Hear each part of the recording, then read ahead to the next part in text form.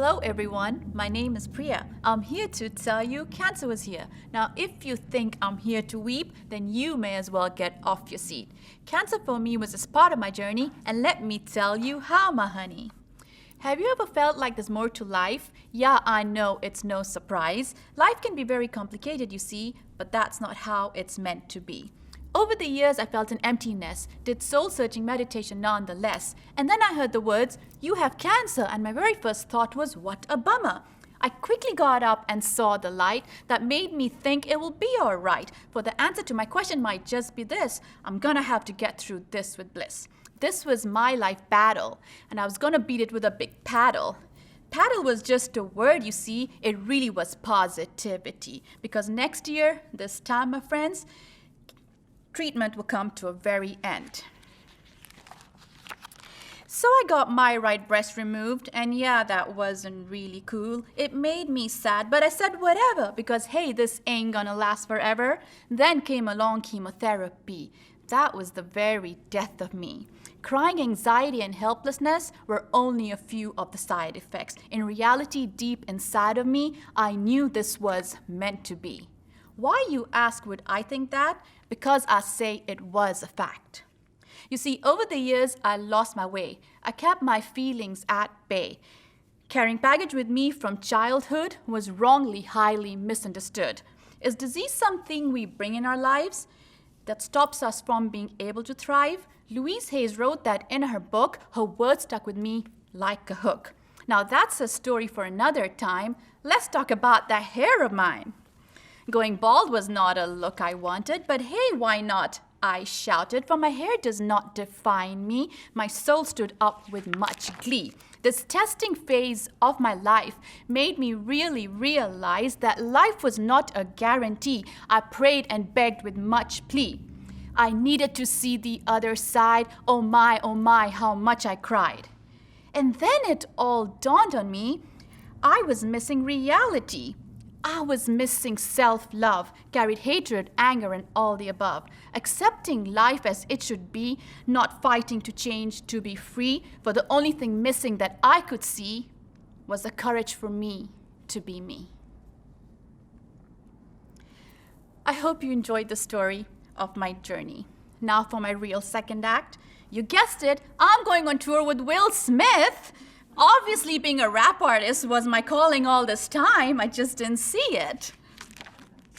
Seriously, my spiritual journey began at the beginning of 2017, when I asked myself, what is my purpose in life?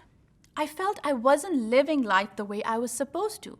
So I set out on a soul-searching journey and turned to meditation, which changed my life for the better. But then I got diagnosed with breast cancer at the end of 2017. Which I thought is a certification that I have to go through to be able to live my life purpose. I have always lived by the mantra, everything happens for a reason. And I truly believe there was a reason why I went through this experience. Because cancer was not the end of life. In fact, it was a second chance to a better life, a better me. I learned the importance of self-love and self-acceptance through this unwanted journey. I truly feel, as we go on in life, along the way somewhere, we forget to give ourselves the love that we so truly deserve. Without self-love, I was not able to radiate love openly, nor was I open to receiving it. You know, in time of an emergency, the air hostess always says, wear your oxygen mask first before you put it onto others. Once I wore my oxygen mask, I was able to accept myself for who I am and able to help others. Someone very wise once told me, do not let your cancer go to waste. Those words stuck with me like glue and made me realize I had so much I had to do, as you never know what life will throw at me again. This made me wonder, how are other women dealing with this? Were they lucky to have the positive mindset that I had? What are they doing now as their new label, survivor?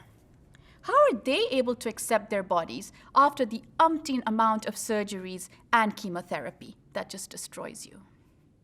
Then it dawned on me, if I had all these questions, I'm sure others had them too.